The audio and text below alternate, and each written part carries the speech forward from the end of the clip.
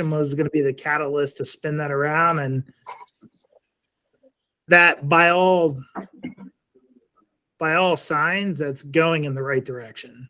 But now it's like, oh, well, Japan's selling all these bonds that they were holding, and China's doing the same, and the government's putting all these treasury bonds out there, and there's just so much to sop up that we can't turn the corner for rates come down.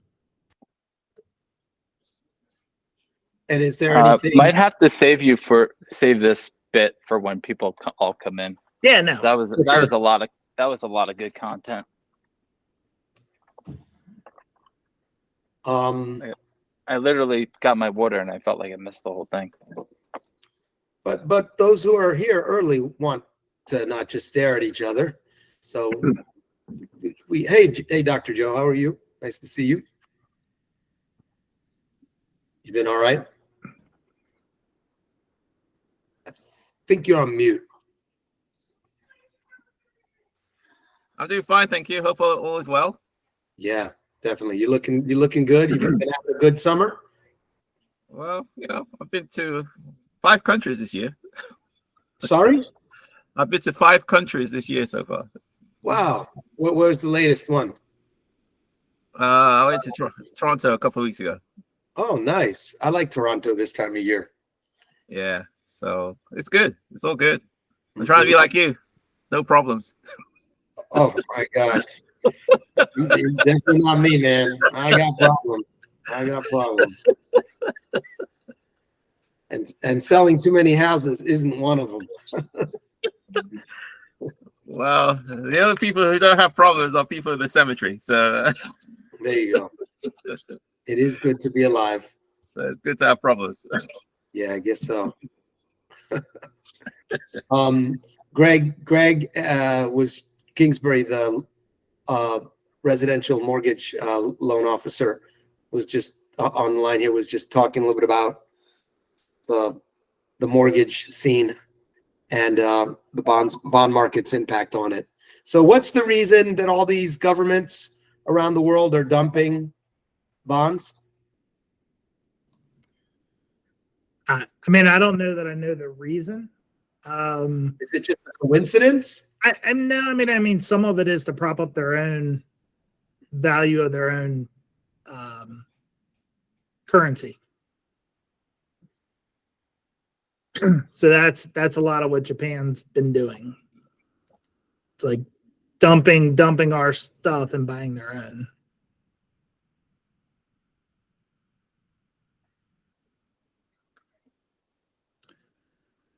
Is it because they view the dollar less valuable, less of a strong currency, and they're afraid that inflation is really devaluing the dollar, and they're consequently there? I think they're less worried about the dollar and more worried about their own currency, and that's their play to kind of bolster their own economy. Like that's my read on it. I don't know. I mean, candidly, I can't consider myself enough of an economist to like really dig into that stuff. It's just kind of the tea leaves that I read and the different things that I see it's probably more so based on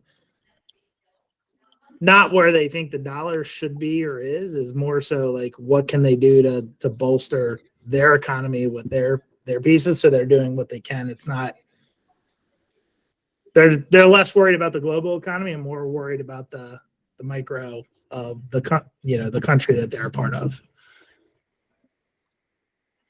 So it is so much more than what's going on here in the US when it comes to like our markets. It's a complete global piece.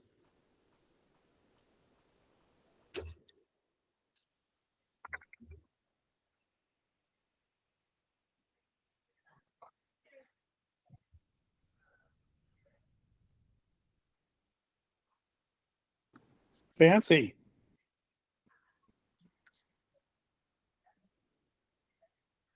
It's got a fancy component to it. So thank you everybody for joining. This is one of my favorite series or talks in the series about how to buy hold, but also how to do the BRRRR, which is one of the most effective strategies during a shifting market. It's because you're able to actually extract equity if you find the right deal out of the deal out of the property. So it's not putting your money in the deal 20% down, right? Investment property needs, as Greg Kingsbury would tell you. But with that, you could also refinance, which we're gonna do in the future because rates are gonna go up or down in the long-term future. They're gonna go down, right? 2025, 2026 is what economists are predicting, and what industry bests are talking about is rates going down. That means you refinance and pull some of that cash out. If you want to get the cash in the immediate term, you're going to just have a higher rate. So that's the BRRRR. It stands for buy, renovate, rent, refinance, and repeat. And we have some of the best here. Dr. Joseph Asamoah, who's been doing the BRRRR before it was called the BRRRR, because that was patented by an old Keller Williams agent, David Green. Now he's on with some other one brokerage, but he was original Keller Williams, which our brokerage is a part of. So needless to say, super excited to have everybody on here. It's a smaller group, but that means a lot more interaction and questions. So what is GRID? GRID is a global real estate community, which I didn't know about. I thought it was national, but I'll have to ask Rob where the global ones are. Community built for investors by investors. So it was built by Rob Chavez, who's an investor. He flips houses, but he also is a real estate agent, has a real estate sales team here in the DMV. We are just real people doing deals. So everybody you'll see here, myself, Russ, and Carlos Garcia, we are doing deals. I am actively buying real estate, and so is he. So we're here for connection. So we're going to ask you guys to unmute, get yourself off, get yourself on camera and off of mute to introduce yourself. We're here to collaborate and to do deals together. We go farther together in collaboration, and we welcome all experience levels here. So currently we have 1,000 communities, 2,000 leaders, and 100,000 millionaires, and 1 million members. Wow. So we're going to start off by doing quick intros of you guys. So just go around, unmute yourself, or we'll pick on you. I see some new members like Seth, all the way in Michigan. To introduce yourself and just say whether you're a wholesaler or what, an investor, wholesaler, lender, or you're looking for cash. So you're or a private lender. So what you're here for and what you're working on currently, something interesting. So I'll go. My name is Nick Despotidis. I am a real estate agent and a real estate investor. I am looking for deals in DC to purchase, but I'm also just here to learn and network. So I'll let you guys unmute yourself and please take your video online. I'll go. Hi, everybody. My name is Cherie. I am with a company called Simply Funded. So we do hard money loans nationwide for all investors. I am personally also licensed in Virginia and Maryland if you need any kind of refi or for yourself or for your primary residence to purchase in Virginia or Maryland. And also, I don't know if you mind, Nick, but we're having a mastermind through GRID tomorrow night for people who want to wholesale as well, and just kind of want to flesh out their own personalized plans. So if you all want to know about that, I'm going to put my information in the chat, and you're able to contact me with regards to that. Yes, please put little details as well. Thanks. All right, I'll jump in here real quick. Hi, everyone. Good afternoon. My name is Carlos Fuentes. I am the CFO of Value Assist Capital.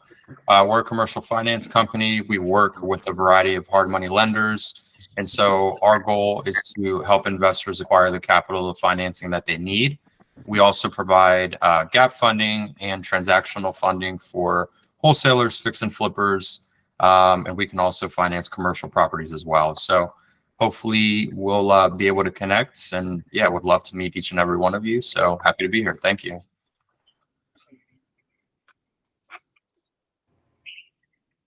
Please share your info. Thanks, Carlos. Hello, everyone. I'll go next. It was a pleasure meeting you, everyone. My name is Demetrius Turner.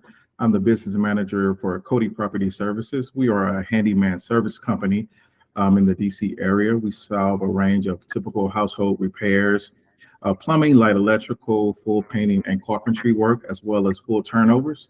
We prepare homes for fire safety inspections, and we conduct preventative maintenance and cosmetic rehabs for all properties. So if you're looking for services, maintenance services for your properties that you're invested in, we can definitely assist you with any of your needs. And I would definitely drop my information in the chat for you all.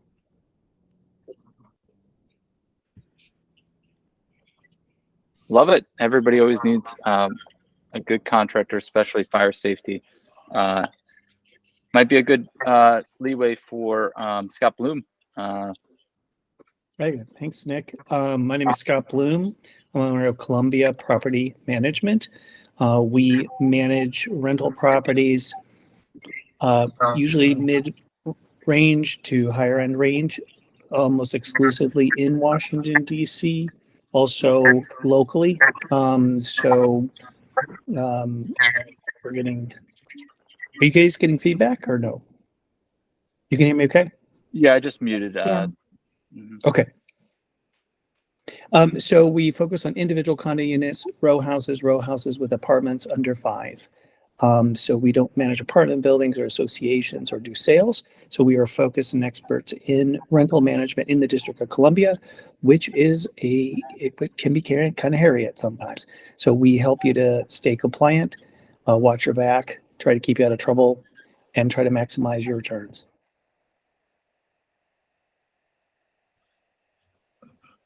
Oh, and I'm a real estate investor as well. And so I'm very keen on being part of the group, also to learn and strategies and ideas for my own rental portfolio. Thanks, Scott. Mhm. I might be calling you soon. Okay.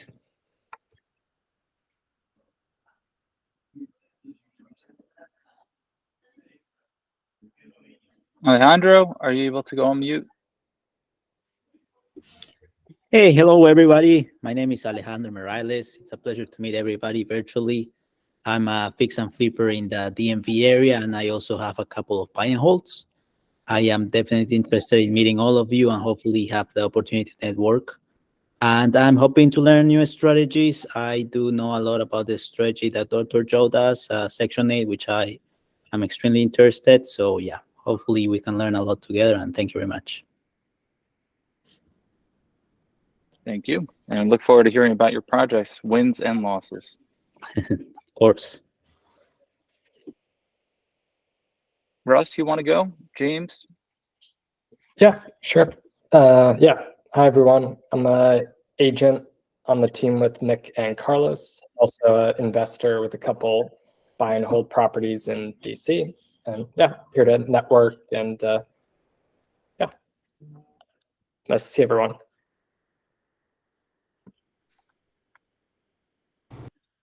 Hi, I'm James. I'm new. I don't have any properties yet. Just here to learn and networking. Time to build wealth.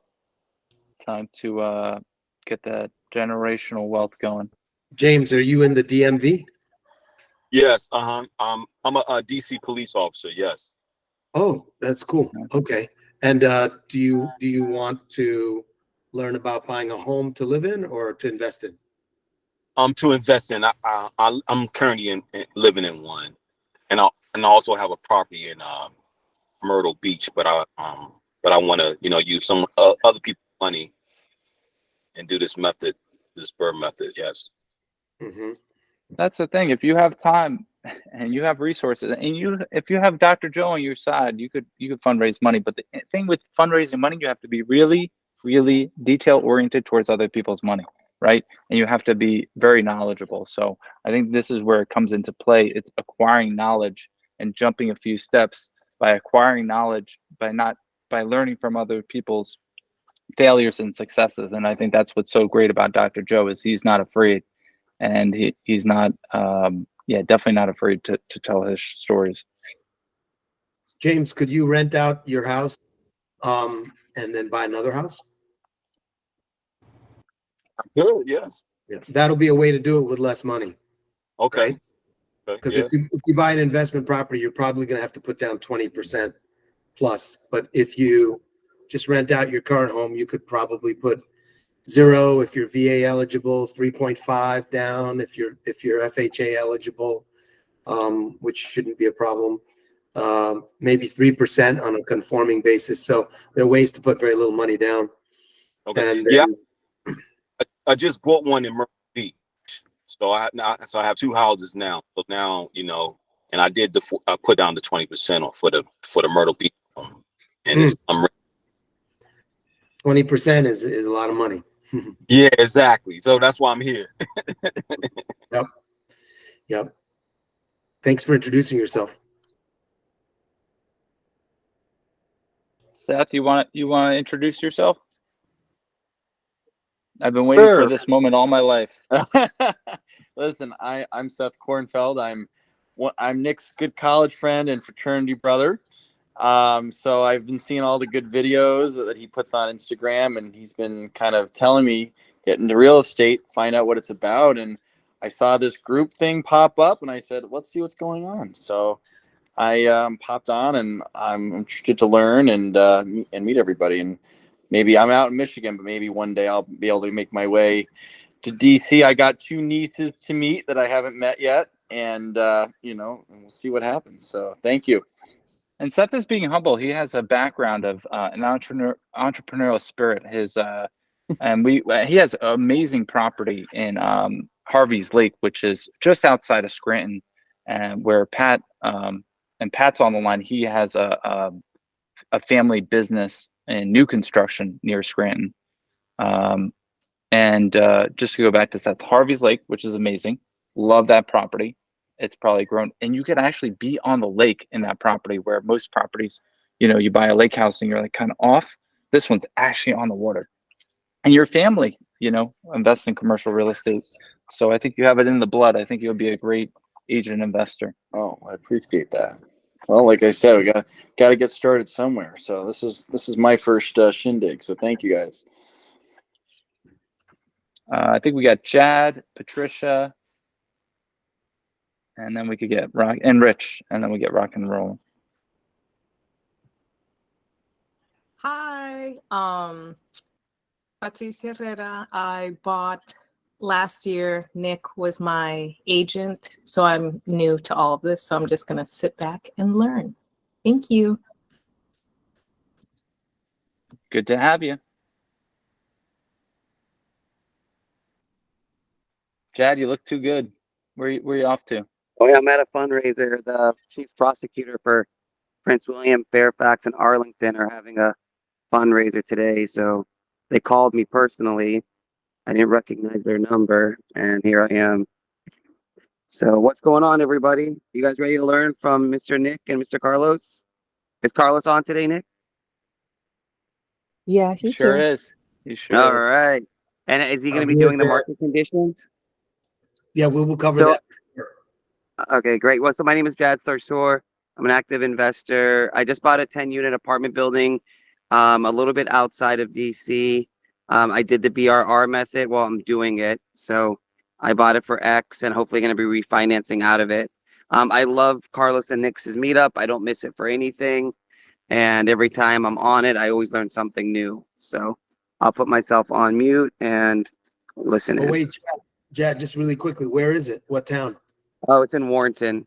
I bought it. It was a 10-unit apartment building. The property manager was trying to be sneaky and buy it herself, so she was underperforming on the rents. And but I obviously, I saw what Section 8 was paying for it, And so I knew that she was charging 600, but we could be getting 1100.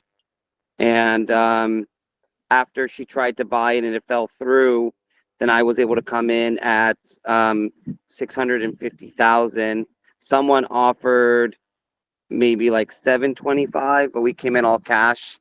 That building is worth about 1.1 because it's 10 units plus it has a commercial unit in front, like a residential, like a retail in the front of the building. So the retail goes for 2,000 and the 10 units go for 1,100. But the lady had it at 600 and 590 for the units because she was trying to buy it herself. So it was underperforming. It was more of an estate sale. And I just think that if, so hopefully Dr. Joe will teach us about looking at what vouchers will pay in that zip code. And that's how quick, like as a quick rule of thumb, if the building is underperforming.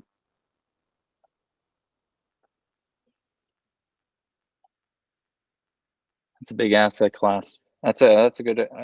Love to deep dive into that. How you evaluated it, how you got the financing. I mean, that's a treasure trove of. Well, financing, I had a private investor. He charged me 10-1 on it, and for those that don't, 10% interest and 1 point per 1 point.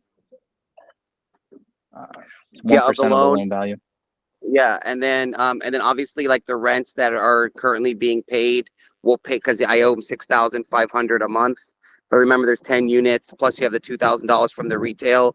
So you just you could try to kick out everyone, but you just have to know that if you're going to refinance within 6 months, you have a 6,000 times 6 times like that's 36,000 plus 1 point. So you better be ready to pay 45,000. So you don't want to turn over. You don't want to evict everyone right away. What I did was slowly increase the rents by $200. And then people that left, I quickly refilled, put them in with the voucher tenant that would pay 1,100. And then, yeah, that's what I did. Because if my brother's like, let's just evict everybody. I was like, if we evict everyone, when we go to refinance into a long-term loan, we're going to owe the bank $36,000 plus the property taxes that we're going to be paying every month, plus all the maintenance. So that wasn't going to work. Chad, always love learning from you. Who else? Aluce, I know I forgot to mention you if you want to introduce yourself as well. Anybody else? When we get started, we're about, we can do another 5 minutes of this. Unmute. Yeah, I'm Rich. I basically been dabbling with investing. I to go more with I've been trying more with commercial. Recently, I actually had a super deal, but that unfortunately fell through. But anyhow, I'm just here to learn more. Thanks.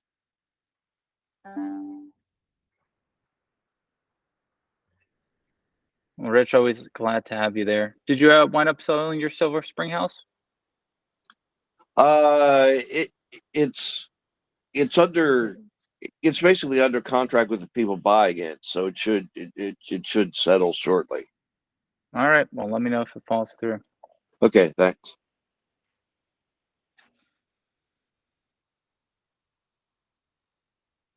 Oh, Allie's here too. Allie, give a shout out. The man, the connector. This guy is a true networker. We need more of him in our lives. No, don't say that. Thank you so much. And thank you, Nick and Carlos and everyone for the invite. I'm just glad to be here and learn from the best. So thank you so much again. Allie's an agent, stellar person as well. Good guy to grab coffee with and discuss real estate and golfing. Apparently, I need to get on that game. I see you. I see you on the green. Thank you. Thank you. Hi, everyone.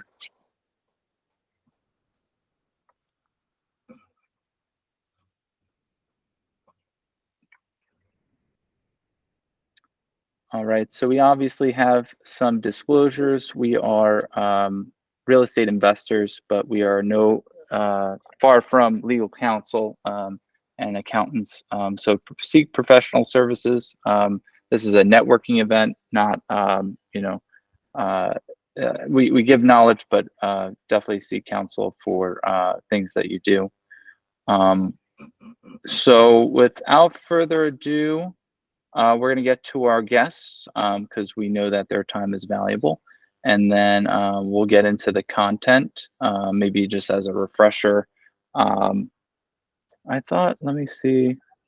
Yeah, let's start off with that. And then we'll go to Greg Kingsbury, give it a little mortgage corner. Then I have a market update. And then Carlos's market update is always the best for last. So that will be the sequence. We'll try to give 20 minutes to each speaker and then have a 10-minute Q&A and then try to wrap it up. I'm in California. I'm working out of a Keller Williams office. So it's 3 o'clock here, 6 o'clock for you guys. So we'll try to be out of here 6, 7, 7:38, 8 o'clock. Try to wrap up. So without further ado, Joseph Asamoah, a great person to have. He's done a few deals together, and he loves sharing knowledge. He's been featured on the Bigger Pockets, Fortune magazine, interviewed people like Barbara Corcoran. So definitely take your notebook out and get ready to listen.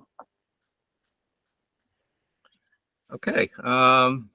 Well, thank you very much, Nick. Thank you, Carlos, for inviting me. And I hope that today I'll be sharing some information about who I am, what I do, why I do what I do, and hopefully help you avoid mistakes that I've made.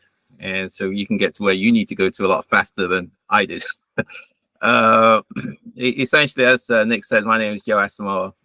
I used to live in England, but I came to the US about 38 years ago. And it's kind of an interesting story. When I arrived here, within 6 months, my boss, who I was working with, got fired.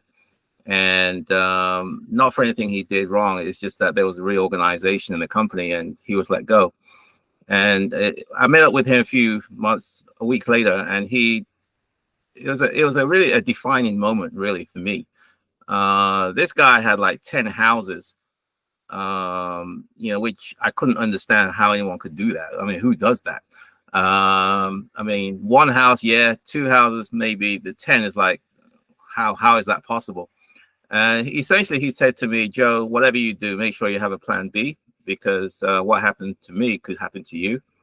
But check out this real estate thing. And if you do get into real estate, make sure you do 3 things. 1, start early. 2, buy more. 3, keep more.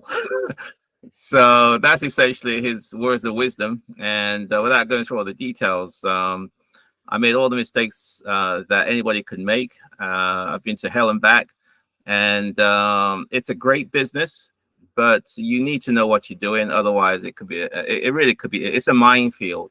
And I think a lot of the gurus do a lot of disservice by making it sound easy and making it sound like, you can just buy a $200 course and somehow you'll be on the Hawaii beach the week after. It doesn't work that way. And so today, what I want to do is fast forward a few years later. I was able to, I was working at IBM at that time. And, it's about 20 years later when my income at IBM equaled my income on my rental portfolio. So I was able to transition from the corporate environment to being really a full-time real estate investor. So I've been a full-time real estate investor in the DC area, do the buy and hold model. And I truly believe in buy and hold, especially in the DMV. And I'll go through why. And, but hopefully my goal is to share with you lessons learned. So I know I can talk about many different aspects of buy and hold, but I think for this audience, you tell me, Nick, I quickly saw the presentation, so I didn't really go through it, but I can talk about what it takes to do this and be successful, the implementation side, as opposed to the theory side. Because at the end of the day, it's all about implementation and execution. And if you can't implement and execute, then the theory becomes meaningless. You can buy, analysis software, which will say, well, if I buy this property, my cash on cash return is going to be this. My, ROI is going to be that. My IRR is going to be, I mean, it gives you the theoretical, outcomes. But in reality, if you can't find a good tenant who's going to pay you and take care of your property, I mean, all that stuff is meaningless. It's totally irrelevant, because if you're not getting any rent, then the spreadsheet formula is doesn't mean anything. So how do you get a good tenant? How do you get good rent? How do you get someone that's going to take care of your property in such a way that you can survive 5, 10, 15, 20-year tenants? That's the key.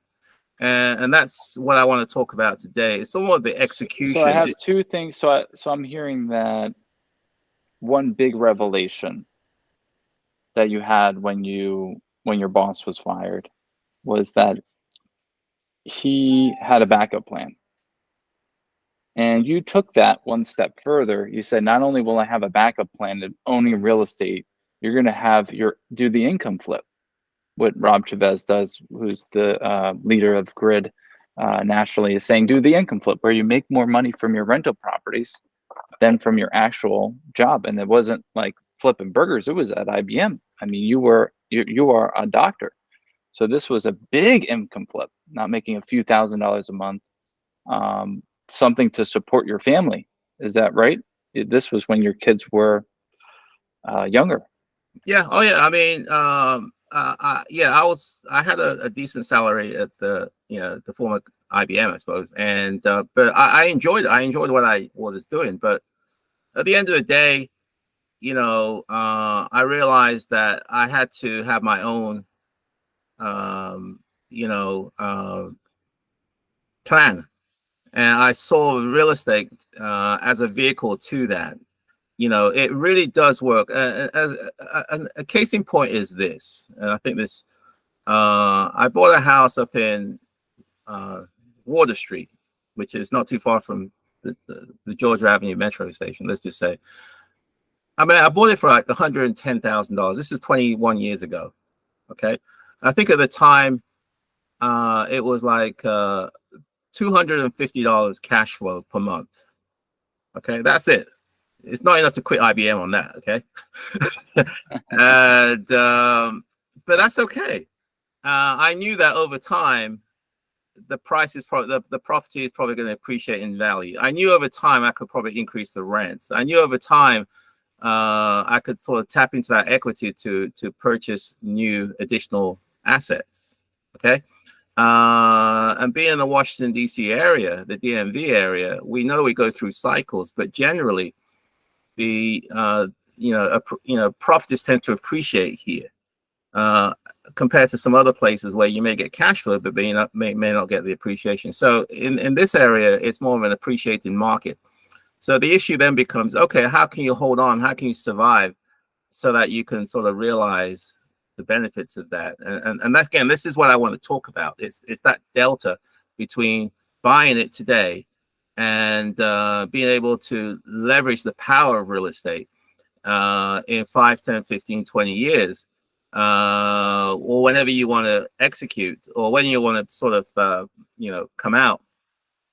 And how do you be able to survive during that interim period of time? Because I think without that foundation in place, and I kind of break it up into 4 parts, really. It's having the right mindset, buying the right properties, getting the right tenants, and having the right systems in place, which is sort of repeatable. So they're the 4 main blocks. So I had to repeat it: mindset, property, tenants, systems. Yes. And I think tenants were you were like, you're super on that tenant part as part of your foundation, the tenant screening process. And this is no get rich quick. This is over time, because people said, oh yeah, Dr. Joe, this was 34 years ago. You bought that property before there was a metro there. What we're hearing in the media is property values are too high, interest rates are too high, We are saying have a foundation, have a mindset, buy the property. Well, what I'm saying is that in the, yes, what you're saying is true, but what I'm saying is that property prices are always expensive. It's always expensive. I mean, the first house I bought was in Columbia Heights for $49,000, $47,000. They told me I was paying too much at that time. So, you can fast forward 10 years later, 20 years later, you can fast forward to today. It's too expensive, but I can pretty much tell you based on history that 10 years from now, you'll be saying, my God, if only I bought in 2023 when it was cheap. I mean, that's just how it plays out. And so, that's just, the data tells us that. And it's proven whenever you're in a capital area in most countries in the world, that's just how the real estate works. So the issue then being, how do you get in and how do you survive that period of time such that you can realize the benefits that real estate affords, because it's easy to buy a house today, but if you have tenants from hell, you'll want to bail out. It's not always as easy as say, well, I'm just going to give it to a management company and they'll take care of everything. It's not as simplistic as that sometimes. You got some great management companies like the gentleman that was on, I forgot his name now. I'm sure he's got a great management company. He's got operation systems in place, but not everybody is as fortunate to come up with people like that. That's so, quick plug for him. That's Scott Bloom of Columbia Property Management, who I'm an investor. He manages some properties for me. Exactly. So you got people like Scott who's got the game on, but not everybody has access to Scott's like that. And so they have to figure, they may do it themselves, or they may go to another management company and may not get the results that Scott would give them. And then they say, well, this whole real estate thing is I don't want to do it. I want to get out. So anyway, without getting too much into that, I just want to talk about those 4 areas, if that makes sense.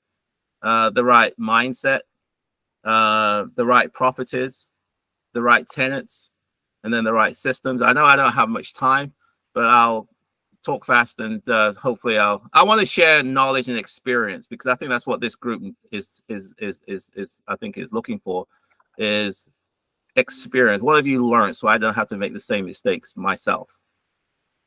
That too, and please keep tuned to the end of Dr. Joe's talk, because he does have an amazing networking event this weekend, the first in a few years, I think, that he's done. And I'm in California. I wish I could fly back, but please keep tuned. I hope you share that information at the end of your talk. Yeah. Okay. No, thanks a lot. I'll do that, Nick. Thank you. Mindset. What I mean by that is that what I learned is that at the end of the day, if you want to do buy and hold, it is a business. We understand that. So what does that mean? It's a business. It means that every business has customers. Okay. And who are the customers if you're in the buy and hold arena? Are your tenants, because the tenants are bringing you the income. Without them, it's you're not going to get anything. Okay. So I see them as customers as opposed to quote unquote tenants. And that's a mindset shift. Okay. Tenants, you don't want to see them, you don't want to hear from them, all you want is their money. Okay. A customer, you're treasuring that relationship. A customer, you understand what their needs are. A customer is, you have a product that caters to their needs. Your customer, you want them to do business with you and stay with you a long time. Okay. That's a mindset shift, because most landlords don't see tenants that way at all. It's, I don't want to see them, I don't want to hear from them. The less I see from them, the better.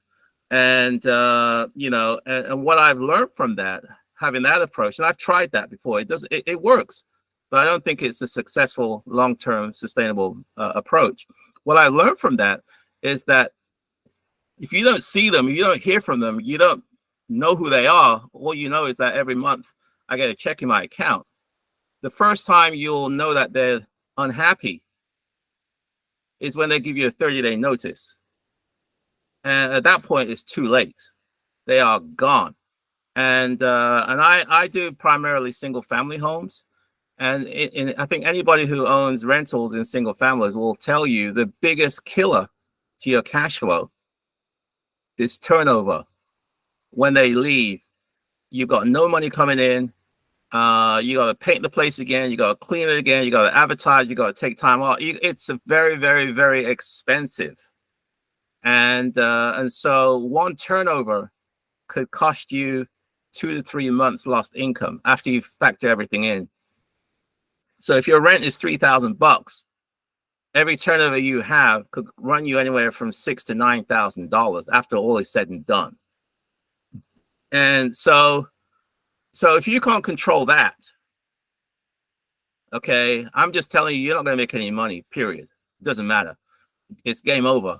You know, it took me a long time to understand that, because most investors are fixated on the income side. How can I increase the rent by $50, $100, $200, whatever it is, so I can get my cash on cash returns and so forth? That's what most investors are fixated on. But what I realize is that it's the expense side which is going to break your cash flow. It's not the jacking up your rent $50, because every turnover is going to cost you $69,000, which dwarfs a $100 rent increase. Does that make sense? So again, this is experience. This is a mindset shift. So if you want to protect that cash flow, okay, which is what every business person is all about, is protecting that cash flow, then you've got to look at the most expensive part of that, and that is the turnover.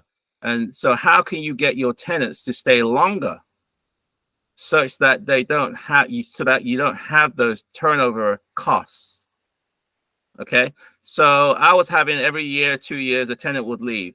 Every year, 2 years, a tenant would leave. And I said, no, it doesn't make any sense. I've got to get these people to stay a long time. So now I'm averaging 7 years per tenant. My longest tenant is 26 years. And I regularly get 15, 18, 20-year tenants. And that's not to brag or anything, because that's not necessary. The point is that it's not a matter of crossing your fingers and hope for the best. It's a calculated strategy, which you treasure your customer. You understand who they are, what their needs are, and you make sure that you provide the service that will make them happy. So they stay a long time.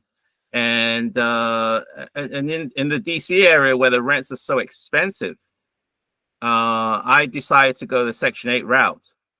And, you know, without going into the, you know, there's a lot of baggage associated with that program. I get it. But once you figure it out, it's a really great program. And you can have to, okay, so the house on Saturday, that I'm going to do this event that you mentioned, Nick, the rent there is $6,100 a month. $6,100 a month. That's the rent. Okay. Now, most of the people on this call, if they have to pay $6,100 a month rent, I'm pretty sure within 1 or 2 years, they're going to be gone. They're going to go buy their own house. Agree? I mean, I wouldn't. Yeah, it's crazy. But for a voucher holder, they're not paying $6,100. Their portion may be $300, $400, $500, $600 a month. Okay. So the other portion, the $5,500 or whatever it is a guaranteed income stream, and they are just responsible for the $500. So again, the $6,100 is something that they're not responsible for the entirety. So they can stay, they're prepared to stay a long time because their portion of the rent may be $300, $400, $500. And that's how you get 5, 10, 15, 20-year tenants. Dr. Joe, is that a single family home? Single family home. For one family or like? One family. How many bedrooms is that? It was a 3-bedroom, 1-bath house when I bought it. And I turned it into a 6-bedroom, 4-bath. Ah, so it's for a bigger family. I get it. Okay. So the rents for the Section 8 program, once you understand it, is based on the bedroom count. So the more bedrooms, the more rent. So we can all buy the same house. If Nick turns into a 4-bedroom, he gets 1 rent. If you, Sherry, you turn into a 5-bedroom, you get a different rent. If I turn into a 6, I get a different rent as well. I'll get more rent from the same asset. Yeah, and those people don't leave because it's hard to find 6 bedrooms anywhere. Exactly. With a good tenant, with a good landlord. with good Yeah. customer service. So that's what I mean by the mindset. It's a shift in mindset. It's a different. I mean, there's a lot more to it than that, but we don't have a whole lot of time, so I'm just going to keep on moving on. So the idea is that, you know, when you listen to the stories of these families, at the end of the day, they really are no different than you and I. They want the same thing that you want. They want a nice house, a nice area to rent from a nice landlord. That's it. This is not rocket science, and they're yearning for that. But the choices that they have is not that great. And so if you can provide that good product, you can tend to attract them. So that's the mindset sort of approach. So therefore the question becomes, what's the right product? Okay. And you know, the right product depends. It depends on, you know, who you're trying to attract. And my thing is that I know the kind of tenant I'm looking for. Okay. I'm looking for a tenant that pays the rent, a tenant that takes care of the property, a tenant that's pleasant to work with and deal with, and a tenant that's going to stay a long time. That's what I'm looking for. Okay. And I call these folks tier one tenants. And so I took the time to understand who these people are, and what are they looking for, what they're yearning for. And I wanted to have a product that is attractive to them, because just as well as that, you don't want to buy, you don't want to live anywhere, you don't want to rent from anybody. They're the same way. They're selective and choosy. So I wanted to make sure I buy the right product so I can attract them. So that sort of depends on, you know, the location.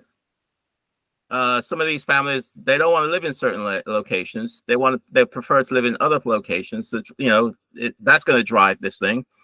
The price point, obviously, because obviously you're trying to get cash flow, and not all areas you can get cash flow with. You know, the bedroom, bathroom count, as I talked about before. And that will determine the kind of rent that you're going to get. So the idea is that the property is going to determine the type of tenant you're going to get. And I want to make sure that the properties that I have are attractive to these tenants that I'm yearning for. Does that make sense? It's kind of all linked together, as you can see, because most investors, they don't see it that way. We want a no money down deal. We want a deal whereby, you know, where at the end of the day, I'm going to get a X% ROI. And that's okay, but the tenant doesn't care about that. The tenant's not going to rent your house because you got a good ROI. The tenant's not going to buy your house because you got a no money down deal. They don't see it that way. Okay. They have needs, and then their needs may not be the same as your needs. So you have to see it from their perspective. If you treat it as a business now, as opposed to just, you know, I want to do buy and hold. I want to do BRRRR. And, you know, and because David Green said I should do it, or Brandon Turner said I should do it, you know, and so on. So I'm saying that the tenant doesn't see it from that perspective. The tenant sees it from the perspective, look, I'm tired of living in this crappy house, in this crappy neighborhood, with this crappy landlord. I'm tired of my kids not being safe. I'm tired of my kids getting shot at. I'm tired of, you know, this landlord who doesn't fix anything. I'm tired of that stuff. Okay, that's how they see the world. And so, you know, they're looking for something different. And if you can provide that, then you're more likely to attract them. Okay, so the property means a lot. I think also you are looking at it from a completely different lens than a normal landlord. Your normal landlord's a guy that wants to do minimal repairs, that thinks about nothing but numbers. They don't think of their customers. They don't want to respond. They ghost. They don't do repairs. And you're saying, no, let's look at it from their lens. Let's build a product for them that they'll enjoy, get them out of the neighborhoods that they want to, and move them into neighborhoods they want to go to. When was that aha moment? Was it the first property you bought? No, or was it the aha moment was in the mid-90s I mean, I know the old timers in DC will remember, probably Carlos will remember, when everyone was trying to get, it's during the Marion Barry days, control days. Joe, why'd you bring up old timers and then so shortly thereafter mention me? What's going on? Because I know you've been around. No, I saw that old timers in terms of being around, not because of age. All right. So, I mean, you remember during the, I don't know if you were here, Carlos, but during the control board days and Marion Barry got busted and all that kind of stuff. I arrived right after that. Okay, right after he was busted. Everybody was trying to get the hell out of DC. Okay, DC was not, Columbia Heights was not as what it is today. Okay, so the aha moment, to answer your question, Nick, is that I used to live in a house in off 13th Street Northwest, where my next door neighbor was shot dead in front of our house. This is Columbia Heights, okay? And my wife said, let's get the hell out of this place. And I said, no, I would like to keep this house. And so I rented, I put it out for rent. And this voucher holder lady came and she said, I'm sorry, I don't want to rent your house. And I said, why? And she said, because it doesn't have a jacuzzi. It doesn't have hardwood floors. It doesn't have stainless steel. I mean, this is a voucher holder with a net worth of 0 telling me the house that I lived in wasn't worthy of her. Okay. And I'm thinking, what the hell is going on here? And what was going on was that there's a flipper on the other side of town or the other neighborhood who couldn't sell his house. And he had no choice but to rent it. So now I'm competing with this flipping guy who's got the jacuzzi, hardwood floors and all that kind of stuff. And I didn't have it. And she's telling me, well, my rent is based on my income. So whether I get that great house down the street or your house, my portion of the rent is still the same. So I mean, she didn't tell me that, but that's, you know, she wasn't a major in macroeconomic theory and so on. But this is what I learned from that, was that there's this group of tenants who weren't your stereotype voucher holders, who had standards, and they had choices. Everybody wants them. And so they're going to gravitate to the better product. And so if I'm trying to attract these people, I can't have a crappy product. I can't, because they're not going to go there. And so that was the aha moment, Nick, to answer your question. I said that if I'm going to do a business, if I'm going to treat this as a business, then I've got to have tier 1 tenants, tier 1 customers. Okay, because if I get the tier 1 customer, the ones who take care of the property, pay the rent, blah, blah, blah, and so on, they're going to be there for 5, 10, 15, 20 years. Okay, they will. Okay, let me tell you a story. So a tenant, I was speaking to a tenant not too long ago, and she said, look, Mr. Joseph, by the fact that I lived in your home, 2 of my kids got a full ride to go to college. Okay, and she said that would have been impossible if where we were before. So when you get customers like that, they are invested in the property, they're invested in this product, and they're gonna treasure the relationship. I know this may sound alien to a lot of people. You may think, what the hell am I talking about? But peace of mind is worth a lot. Having a tenant that's paying you without drama, taking care of your property, and looking to stay 5, 10, 15, 20 years, that is where we need to be going. Because now you can start thinking about, let me start buying more houses rather than trying to exit this business. Dr. Joe, I can't echo that enthusiastically enough. Peace of mind is worth, it doesn't sound like a big sexy piece of your mindset and your approach, but I value that a lot myself. I think that part of what you're saying is values based, and one of the values is patience and integrity. This is not a get rich quick scheme. It's a get rich slow scheme.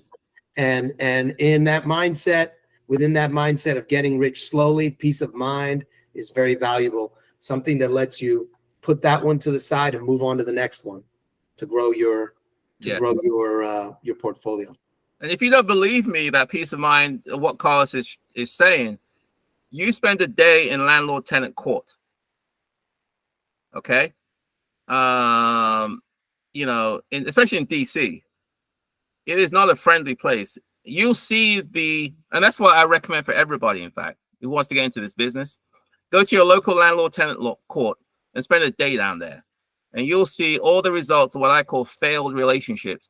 You'll see all the results of people who don't see it as a business. You'll see adversarial relationships whereby it's them against me. I'm going to stick it to this guy, you know, and that will not give you peace of mind. That will drive you out of this business. And that will make you say, I'm done. I don't care what Dr. Joe's saying. I'm out. Okay. So, you know, again, I'm sharing with you experience. It's not common knowledge. It's not common sense. I didn't wake up one day and do this. It took pain, suffering, heartache before I came around to how this is, and you know, and so on. So I'm just sharing with you some of those experiences. So that's the product, and then obviously the third part, since I've got about 2 minutes left, is well, you tell me how much I got left, Nick. It's the tenant. We'll give you more time. The third part is the tenants. You know, if you can't deal with tenants, then you know you can say it's not going to work. Okay, so the success in tenants, in selecting the right tenants, is screening. You know, if you can't, I would say 80 to 9, maybe I forgot the property management name, Mr. Bloom, I think it is. Is that his name? Scolas, the property manager? Yes, Scott Bloom. Yeah, Scott. Yeah, I'm sure Scott will probably, I don't know if Scott will agree with this, but I would say most of the problems that you get as a landlord is because you got the wrong person in your house. You know, and you know, and which means that the screening process, I mean, life happens to people, I get that, but you just got the wrong person in your house. And so to get the right quote unquote person in your house, then the key is going to be how thorough your screening is going to be, and you know, and so on. So my screen is very thorough. I do the usual things, which I'm sure Scott does, but I also go to the people's homes to see how they keep their current home. Because what I found is that how their house is today is how your house is going to be in 3 months. And just because somebody's got a good job, just because somebody's FICO score is 700, just because, you know, they got a nice car, clothes, or whatever, it doesn't mean they're going to take care of your house. It's not the same. And the only way to know, in my opinion, I mean, we can debate this, is to go to their house. And you're going to say, well, who is going to allow you, Joe, to come to their house? Okay. Well, you know, nobody does that. And the reason why I can get away with it is because I got a product that they want. Okay. I got a product that they are, it's the right property in the right location. And it's got all the amenities that they're looking for, and I'm a quality landlord. They're looking for that, and therefore I can raise the bar in terms of screening, and you know, and so on. So, you know, screening is a key part of your success, and that's a whole discussion about that. But I'll just say to you, it's something that you shouldn't overlook, because if you overlook it and get the wrong person in there, especially if your mortgage is due and you have no money, you may say, well, this person can get in my house next week, I get some money, and so on. But unfortunately, if you lower your screening standards, then you may get somebody in there, and it's a lot more difficult to get somebody out of your house than it is to get somebody in your house. So, you know, so screening is very thorough, and obviously you can't discriminate based on protected classes, but, you know, there's no need for that. But you can be thorough and you can be fair and make sure you get what I call tier 1 tenants. The tier 1 tenants are out there. It's your job to go find them, because if you can find them, then you get what Carlos was saying before, peace of mind. And then finally, the right systems. What I'm talking about, what I mean by that is that once the tenant's in your house, once you start building a portfolio, you got to have mechanisms in place to collect the rent, handle tenant complaints, because people will have complaints, they'll have concerns, devise a plan for maintenance and repair, and I try to get my neighbors involved, so their neighbors know how to contact me. So if there's anything going on, they know, they call me, and I deal with it. And obviously you need to understand the eviction laws, and you need to have the right insurance and all that other things in place as well. Each of those things are a whole topic in itself. But the idea is that to be a successful buy and hold investor, in my opinion, it takes the right mindset, it takes the right properties, it takes the right tenants, and it takes the right systems. Together, I think we can now start building a portfolio of 5, 10, 15, 20 properties or whatever you want over 5, 10, 15, 20 years, and therefore realize the real power that real estate affords us in terms of, cash flow, tax benefits, appreciation, equity buildup, and leverage, and it can catapult you to financial independence, slowly, because it's not going to happen overnight. But knowing what I know now, what I've shared with you today, I think if I knew what I am shared with you when I first started, I would have got to where I ended up a lot faster without a lot of heartache and tears and pain and suffering and so on. Okay. So that's the condensed version. If you want to hear me, as Nick said, I have a property. This is the one in, Georgia Avenue Metro Station, 2 blocks from there on the Columbia Heights side. I'm going to be there on Saturday between 11 and 1. If anyone's interested in seeing one of my properties, you can come there. And it's a how we turned it from a 3-1 to a 6-4.5. How the hell do you do that? Well, come and see, and you'll see how I prepare my properties. You'll learn about my mindset, how I buy the right properties, how I get the right tenants. And I had 8 applications for this house, 8, and I put it out there for about 5 days. It's a 6-bedroom house. And so on. So if you are interested, please, I think it's on the screen. You can go to my website, or Nick can copy that link onto the chat room. Because in my opinion, the best way is to work with somebody who's done it. There's no need to recreate the wheel here.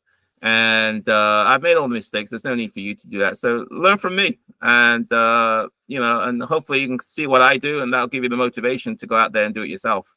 Between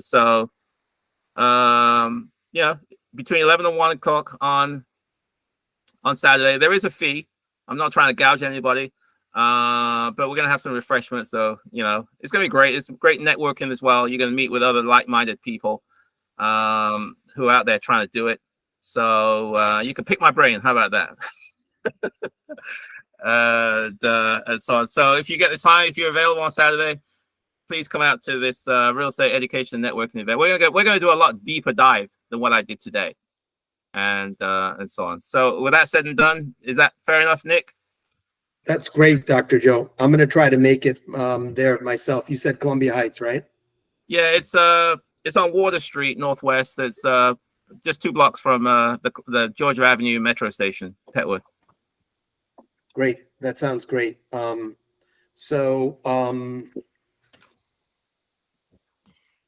You guys, I think that his success speaks for itself. Dr. Joe is, has been able to have sort of financial freedom through his real estate investing, and has shown other people the way to financial freedom for themselves.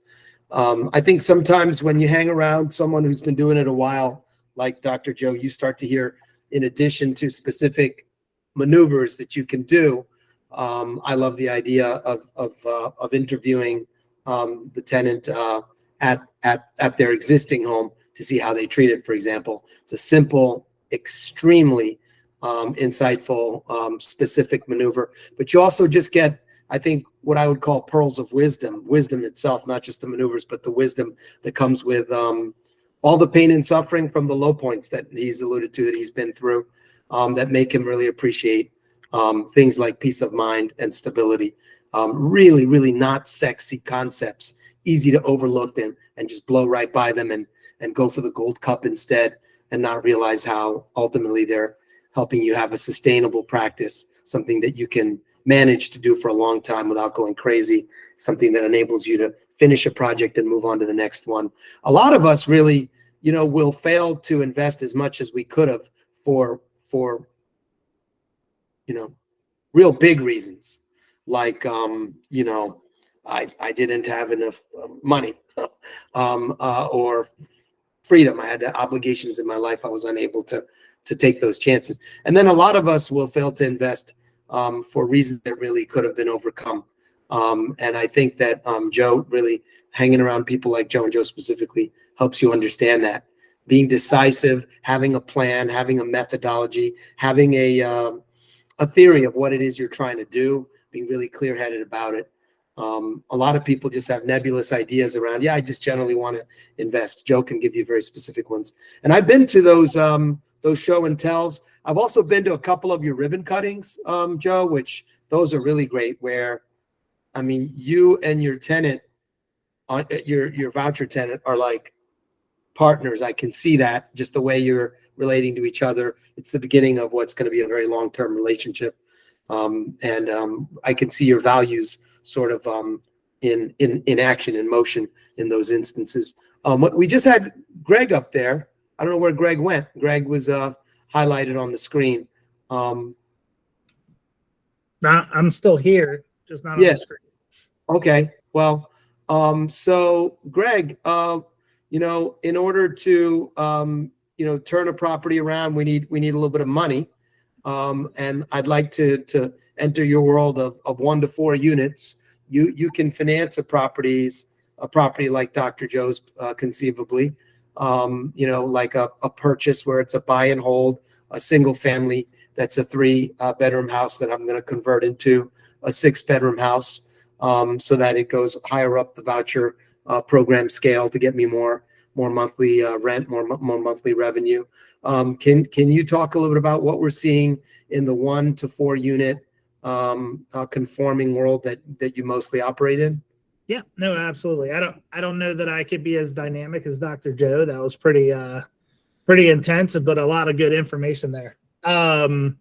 So where I operate is more like Carlos said, if you're more in the buy and hold and looking for long-term financing, it's not your flip style. It's not your well, it could be your renovation, but renovation to hold, not renovation to flip. I think there's a couple other people on here that could talk more on the hard money lending side that's more for the flipping. But so in the investment world, on a long-term hold, like your traditional Fannie Mae scenario, we're generally looking at 15% down for a single family, and 25% down for a 2 to 4 unit. Anything over 4 units, we go into commercial in my world, so it's not anything I can do. Now, there is also there are renovation products that also work with that. So you could do what's called a home style Fannie Mae product, which is where you build in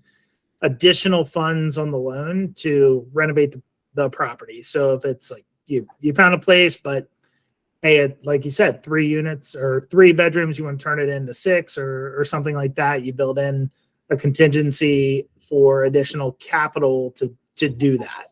Or maybe it's just a property that's dilapidated and needs a bit of work to get it up to form to be able to rent out. So those types of products exist, and again, 15% down is the minimum on a single family property, and then 25% down on a 2 to 4 unit property. Loan limits run into $1,089,000 for a single family, and it goes up from there for like 2 to 4. So it can get pretty a pretty good amount of money in terms of renovation or just acquisition. But again, these are more your garden variety, get the house and hold on to it type of loans, as opposed to if it's more of like the flip scenario. And what are you seeing out there right now? I know that rates are a little bit high. What's the strategy right now for getting me into something, and then maybe down the road it looks a little different if I can refi it or something like that? Yeah, I mean, I think that's the way most people are going into this, and it's not, cash flow is always a good thing. But I think a lot of investors right now are looking like, can I at least cover the costs? And then if there's a little bit of principal they're putting into it, at least it's not money lost. So like your interest, your taxes, any maintenance costs, et cetera, are all expenses that go against the income that's earned by the property. So you're collecting rent every month, and those are being offset. So with rates elevated, that just means it's actually more of the income that you're collecting that you're offsetting. So there is still a bit of a mismatch, I guess, in terms of what the rent's collected versus what the payments are. So you just kind of want to look at what the shift is of, all right, well, I'm paying this much in a total mortgage payment, but how much of that is principal?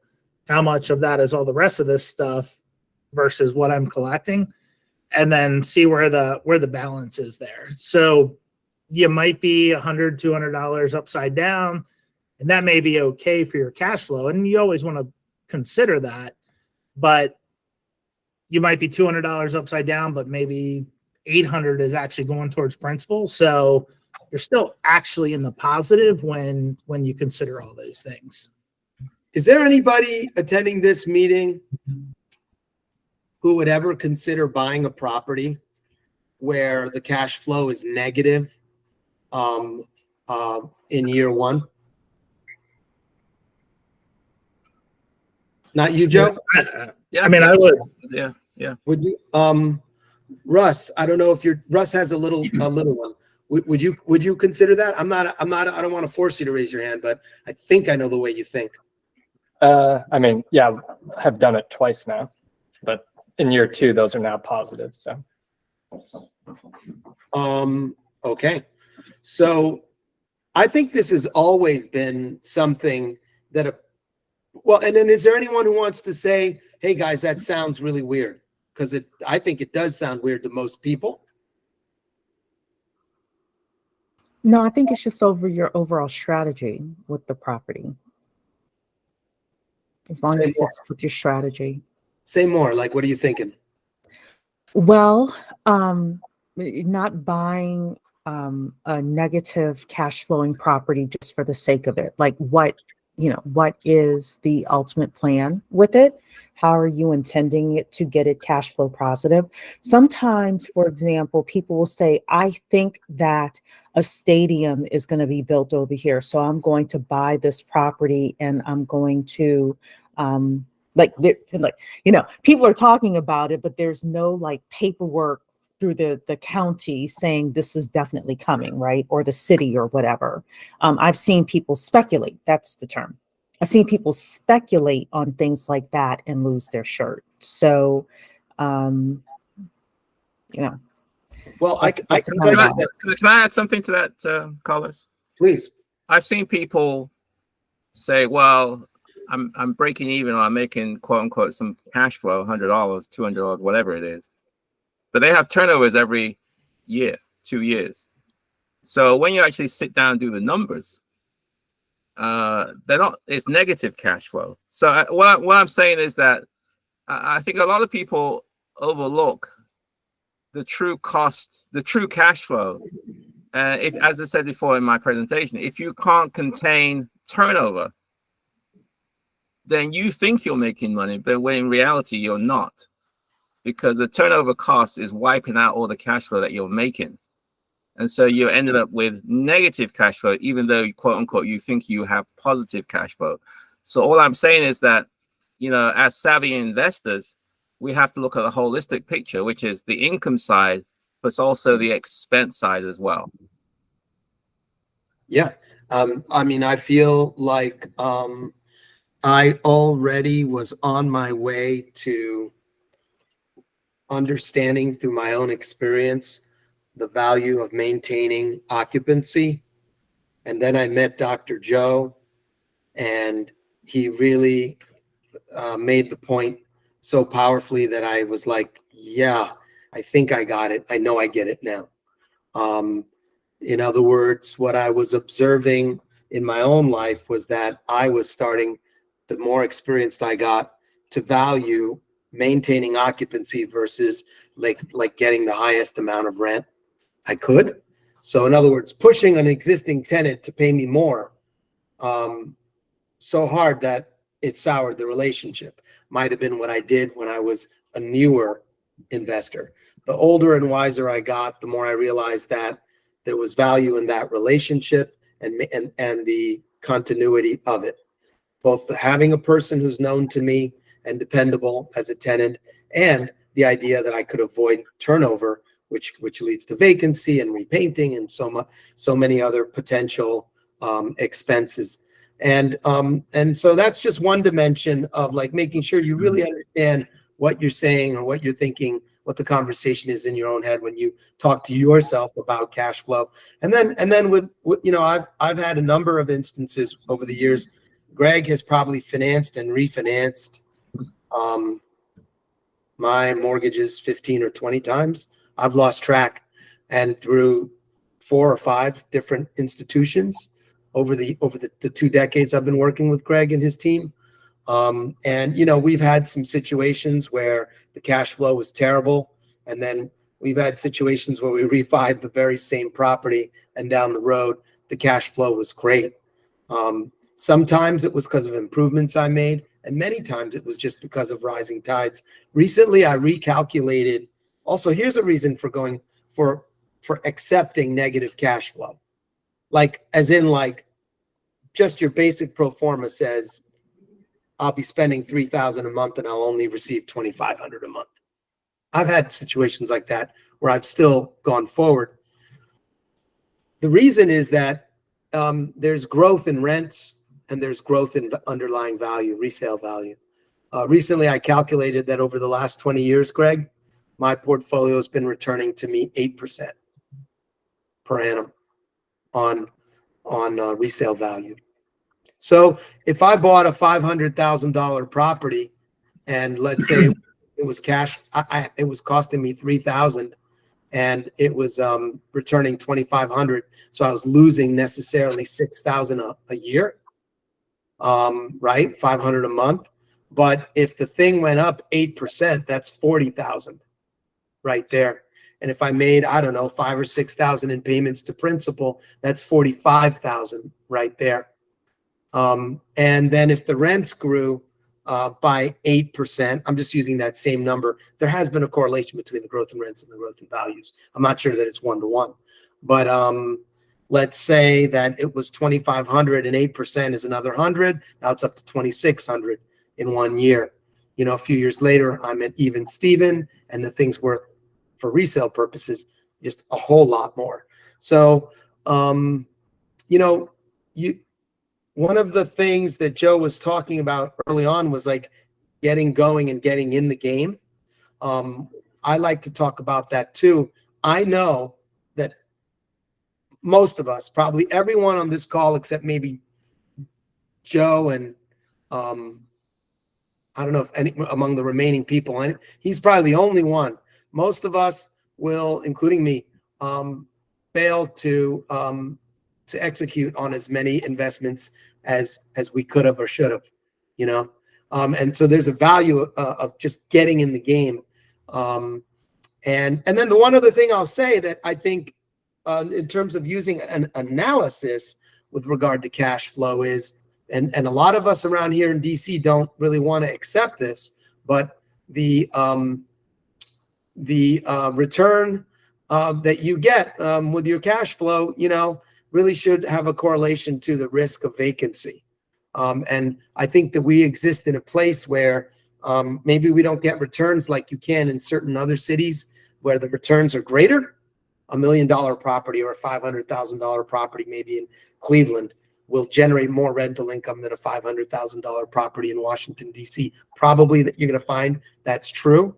However, the risk of vacancy over decades in a place like Cleveland is much, much greater than in Washington. And that risk of vacancy is so low. So you have like a real steady thing. It's hardly ever going to be vacant.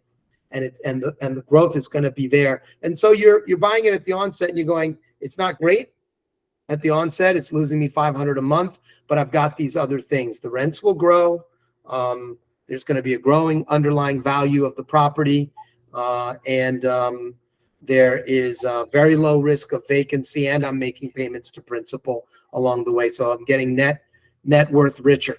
Also, you combine your $500 a month loss, which is $6,000 in this hypothetical per year. You add in your other deductions and your depreciation deduction in particular, which is huge. And now on paper, it's this massive loser. In actuality, it loses a little, and that's offsetting your gains in other aspects of your life, maybe the remainder of your portfolio. And there's dollar value to that. I'm at about 40%. So you literally give me $1 I can write off, and you save me 40 cents. You know what I'm saying? And that's not nothing. That's huge money for me. So that's $6,000 times 0.4 is 2,400. So 6,000 minus 2,400, that's really only 3,600 actual loss. And I'll have more to write off anyhow. So the math is even better than that.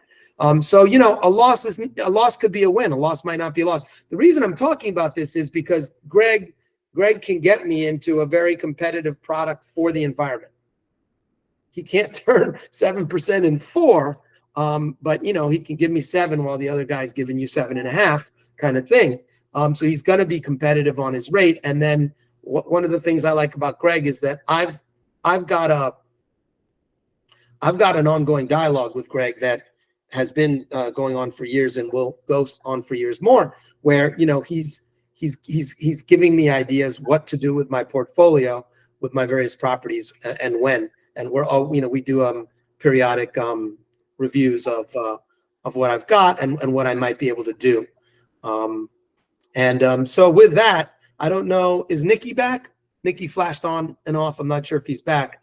Whether Greg, you wanted to walk us through any more of what you're seeing, or if Nick wanted to move this. No, I mean, I'm more so, I think, here to be like a resource for you guys, like if there's questions and like kind of what's available. I mean, the market is what it is. The rates are, you know, they're not as good as they were, but historically they're still not bad. So, you know, at the end of the day, like you said, if you're paying 7.5%, but you've got income coming in and it's also appreciating, like, you know, it's not to be focused on where rates are versus where rates were, as opposed to like, does it make financial sense? So yeah, at the end of the day, I'm here to answer questions and kind of like, yeah, if there's scenarios or anything like that needs to be a one-off, I'd be happy to do that as well. Looks like we have a question. I have a question for you. Yeah, my name is, sorry, I was couldn't be on camera. Anyways, so I bought a house last year in Oxon Hill. It's I'm using partially it for Airbnb, and the other part is rent by the room. What I really want to do is actually get into a quad in DC. I'd love to put 3.5 or 3% down the quad, and be able to, you know, obviously have a cash flow and so forth. But my question for you is this: I know that lenders are getting a little bit more conservative, and so do you have scenarios where you can put 3.5 or 3% down on a quad and still qualify, and they'll, like, you know, lenders will still allow that? That's one question.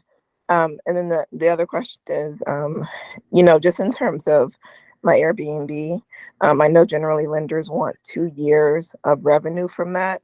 I have 1 year, and the plan is to turn everything into by the room and get 12-month leases. So when I go to the lender, I can show them the leases and have this property paying for itself. So I'm just, making sure that would be acceptable for a lender. Those are my 2 points. All right, so I'll kind of answer that in reverse. So, most lenders are probably going to take the 1 year on the Airbnb if it's fully 1 year on a tax return. If it's not yet filed on a tax return, that's where it's going to get a little bit harder to document because there isn't a justification on the income coming in versus the expenses going out. But usually with 1 year, you should be able to get by that. The first question on, so theoretically, the answer is yes. You can do a 4-unit, a 3-unit with 3.5% down with FHA. The caveat to that, and what's proven to be very difficult in this higher rate environment, is they have this additional qualification that even though you might on paper have all the income in the world to qualify, FHA says if the property doesn't have enough rents to qualify to carry that mortgage payment, and the way they do it is all the rents for all the units, even if you're going to occupy one, times 75%. And if that number is not higher than the mortgage payment, then we can't get an approval. So even though you might have enough income, not even counting any rents, FHA still says if it doesn't meet this self-sufficiency test, then that is a problem with them, which only pertains to FHA, but FHA is the 3.5% down option on the multifamily. So whereas conventional doesn't have that same self-sufficiency test, they're going to require 20% down. So it's been a little bit of a tough climb for FHA buyers to buy that 3 and 4 unit. They don't make us do it on the 2 unit, but on the 3 and the 4 they do. So that's actually been the harder thing than anybody actually trying to qualify on their own. Okay, one follow-up question for you. Mm-hmm. I've noted when I ran numbers, just just by looking at them, I found that most duplexes don't cash flow. So I don't know if that's something that you've been seeing on your side of the woods, but when I ran the numbers, it seemed like you really need at least like 2 other tenants to carry a mortgage. And I'm wondering if that's kind of common from what you see. I'm sorry, can you say it one more time? Oh, I just want to see if that's common for what you see. Like you need at least two, if not 3 tenants to really carry the mortgage, especially in the DC area with the higher purchase price for these properties. Well, I mean, so as far as like the rents go, I think Carlos, you might be a better person to answer that. I think where we get stuck on the mortgage side is if you're buying a 4 unit and let's say that the 4 units theoretically bring in $6,000 a month. So what is that, like $1,500 a month for each unit? That times 75% has to be more than what the monthly payment on the mortgage is. And that's where, with rates as elevated as they are, it's usually the delta is too much, where the mortgage payment's much higher than what the rents coming in are. So FHA automatically says, well, we won't approve this deal, no matter what your income is or any other qualification on the entire transaction. It's saying, well, $6,000 in rents times 75% doesn't exceed the mortgage payment of this property, and that's where we're getting stuck. And it's mostly a case of, because the rates are so elevated, it's hard to find a property that meets the rents to be enough to then offset that requirement. Okay, where are they pulling their rent numbers from? FHFA. It usually falls on the appraiser to pull like comparables, but if the property itself already has leases, they'll default to that. We can take the higher of the two, but even so, unless it's probably getting above market rents, it does make it pretty tough. Okay, that's helpful. Thank you. Mm-hmm. But yeah, to answer your question, in my experience, lately with rates where they are, yes, more than 2 units is going to be necessary to make the numbers work. And Greg, that rule, that's the self-sufficiency rule, right? Correct. And that applies even if you're going to occupy the property. It does. Yeah. And even if you don't need the rents to qualify, it's such an antiquated old rule. But where there's no exceptions, there's no way around that one for to be able to do the 3.5% down. What about if you were doing a non-FHA loan? So conventionally on a 2 unit, it's 15% down, and on a 4 unit, it's 20% down. So, obviously the upside to that is there's no component of making sure the rents meet certain things, but the cash out of pocket is significantly different.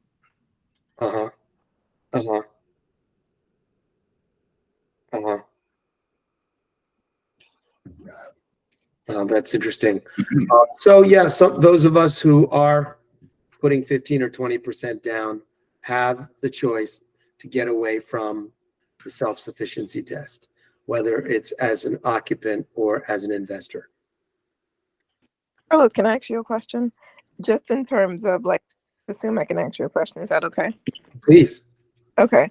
The other thing I was thinking about is getting my license basically next year, and possibly using some of the commission offset some of the closing costs and so forth. I'm wondering from your perspective, where do you see that in terms of is that going to complicate the deal, obviously, or is that how likely do you think that will be? It's something that you can do if you want to talk more about what it looks like to get into the business, and then also to do things like that once you're in it.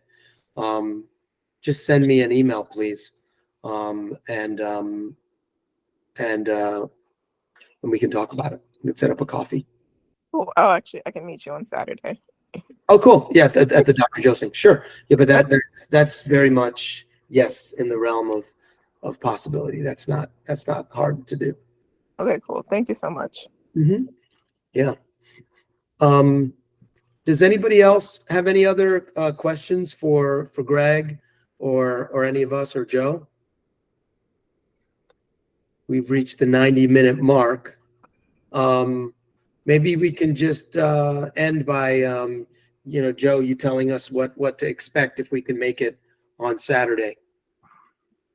Okay, yeah, if you can make it on Saturday, I welcome everyone to come along. If you want to see, the implementation of buy and hold, those people who learn better by seeing and networking and in real time, then this is a great, I think, opportunity to see one of my properties. I've owned this property for 21 years, and learn the story behind this.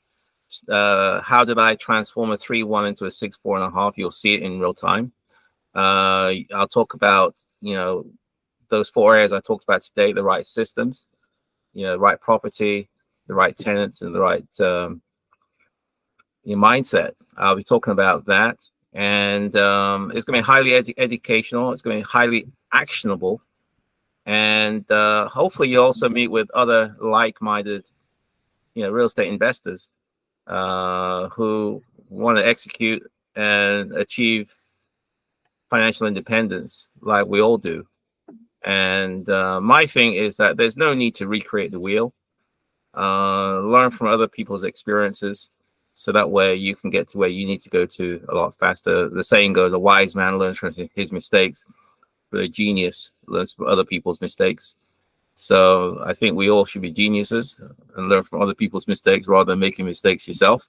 That's just my take. And this is, I think, will be a great opportunity to do that. So just press the link on the screen. You can go to my website as well. And I look forward to seeing you there. And I think if I can help you, I'd be more than happy to do so. You can pick my brains from 35 years worth of experience in this business. In September, just because we've run out of time, we're not going to cover the market data in depth today, unfortunately. But in September, we will. A couple of things I will mention is that you can email me. I just put it into the chat. If you would like to receive the data report, my email is carlos@ngarcia.com. So it's 2 or 3 comments up now in the chat. I'll leave you with a couple of things about the data report that I can email you. One is supply is low, which is why even though demand has dropped a little bit, pricing is steady. In big counties that we can all, or that me living in the city but working in DC, Maryland, Virginia, that I can relate to, in big counties like Fairfax County or Prince George's County or Montgomery County, we've got numbers like something like 5.5% increase in median pricing, and I think it was Fairfax. I want to say it was 2.5% up in Prince George's. I want to say median pricing moved up by about 5% in Montgomery. So even though demand is way down and the number of deals is down, there's so little inventory that it's keeping a lot of tension and pressure on pricing. So massive downward pressure on pricing due to a decrease in demand, and countervailing upward pressure on pricing due to a lack of supply, except in the city. So whereas in those suburban areas, including those counties I mentioned, and additional counties like Arlington and Alexandria and so forth, in the DMV, real estate is, I think, pretty flat to 3% up, somewhere in that ballpark. And yet it's down 3 or 4% in the city. So whereas in the suburbs, the supply is 1 month, it's 3 months in the city. So I like to invest in city properties. I can tell you right now, as a buyer, you can rub your hands together, and while Greg is going to get you a relatively good rate, he's not going to get you the rate he could have gotten you 2 years ago, and you're just going to have to deal with it if you want to get into a very good opportunity to buy in the city, because we have 3 months of supply in the city, almost 3 times as much supply in terms of months of supply in the city versus the suburbs. And that's different. Okay, I'm here to report to you, that's different. That's basically like turning the thing on its head. It used to be the case that there was always more supply in the suburbs and that appreciation was not as strong in the suburbs. Right now, the supply's in the city and the appreciation is in the suburbs. Translation, very good time to buy in the city. Generally, it's always a good time to buy in general to get the party started, like Joe is making the point. I mean, imagine the market is flat to up a little bit now with demand being down. When rates go down, what do you think will happen to demand, folks? Point up or down? What do you think is going to happen to demand when rates go down? Yeah. So right now, it's possibly the calm before the storm, at least in the district. And I see it because when I go shopping and researching for my clients, I'm seeing a lot to choose from in the District of Columbia. So if you like the data that goes along with that narrative I just shared, I'll send it to you. And then we'll do a little better next month to actually go through the report together so you can look at all the charts and graphs in it. Hope to see you guys on Saturday at Dr. Joe's. And thank you for hanging in there with us. Thank you. Okay. Good night, everybody. Good night. Thank you so Good much. night. Thanks.